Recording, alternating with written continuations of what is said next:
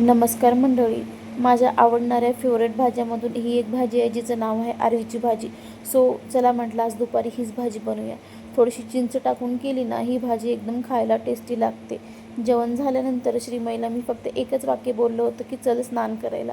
ती त्या वाक्याला इतकं सिरियस घेतली की आणली तिच्या खेळभांड्यातून एक बंदूक आणि लागली होती माझ्या मागे. म्हणलं बाई मी इतकं काही मोठं सिरियस वाक्य बोललं नव्हतं ज्याचं तू इतकं मनावर घेतलीस. म्हणलं चला खेळू द्या हिला, माझे छोटे मोठे कामे पण आटोपून जातील. बाहेर जाताना श्रीमईला मी माझी हँडबॅग दिली होती पकडण्यासाठी, पण लेकरू ना मला वापस देण्याच्या तयारीतच नव्हतं. वाटलं मला की घेऊन पळून जाईल की काय. आम्ही पोहोचलो होतो लुलू मॉल, जे की दुबईचा मॉल आहे. त्याच्यामुळे तुम्हाला इथं वेगवेगळ्या प्रकारचे खजूर बघण्यासाठी मिळतील. सगळं बघून झालं मी निघाले भांड्याच्या सेक्शनकडे. मला कुठल्याच प्रकारचे भांडे घ्यायचे नव्हते, तरी पण म्हणलं चला काहीतरी बघून घेऊया. आमच्यासोबत एक न्यूली मॅरिड कपल आलं होतं, जे की आमचे फ्रेंड्स पण होते.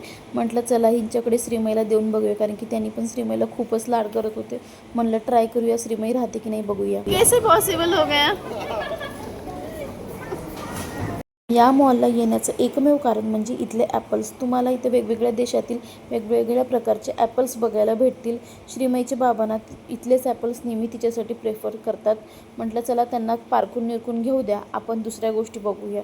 लगेच मग मी गेले ऑरेंजेसच्या सेक्शनमध्ये, जिथे की तुम्हाला वेगवेगळ्या प्रकारचे ऑरेंजेस बघायला भेटतील. आणि इथे एक लेमनचा प्रकार होता, जे की तुम्ही बघू शकता किती मोठ्या साईजचा लेमन आहे. माहीत नाही कशी टेस्ट आहे, पण साईज मात्र खूपच मोठी आहे. म्हणलं चला थोडेसे डेट्स घेऊया आणि जाऊया पुढे. छोटे छोटे प्लांट्स पण होते, पण मला सध्या काही गरज नव्हती. म्हणलं राहू द्या नंतर घेऊया. श्रीमईच्या न्यू फ्रेंडसोबत सेल्फी घेतली आणि फायनली बघितला बकलावा. तानिया मित्तलला कदाचित माहीत नसेल की आपल्या इंडियामध्ये सुद्धा बकलावा भेटतं. तानिया यहाँ पे भी बकलावा मिल जाता है. ओके. फिरून खूप थकून गेलो होतो. म्हटलं आज आपण इथंच जेवण करूया. तसंही आम्हाला घरी जाण्यास खूप टाईम होता. श्रीमई मात्र हॉटेलच्या बाहेर ना एक प्ले स्टेशन एरिया होता, जिथं की बऱ्याच प्रकारचे गाडी होते, कार्स होते. श्रीमई मात्र त्या कारमध्ये बसल्यावर उठायचं नाव घेत नव्हती. जबरदस्ती तिला कारच्या बाहेर काढलं, कारण की मला जाम भूक लागली होती. हॉटेलमध्ये गेल्यावर ना श्रीमईचं जे हॉटेलचं पूर्ण स्टाफ आहे ना, ते श्रीमईला खूपच लाड करत होतं. म्हटलं चला आपल्याला डिस्काउंट भेटणार आहे. डिस्काउंट तर काही भेटलं नाही, भेटले 4-5 टिश्यू एक्स्ट्राचे.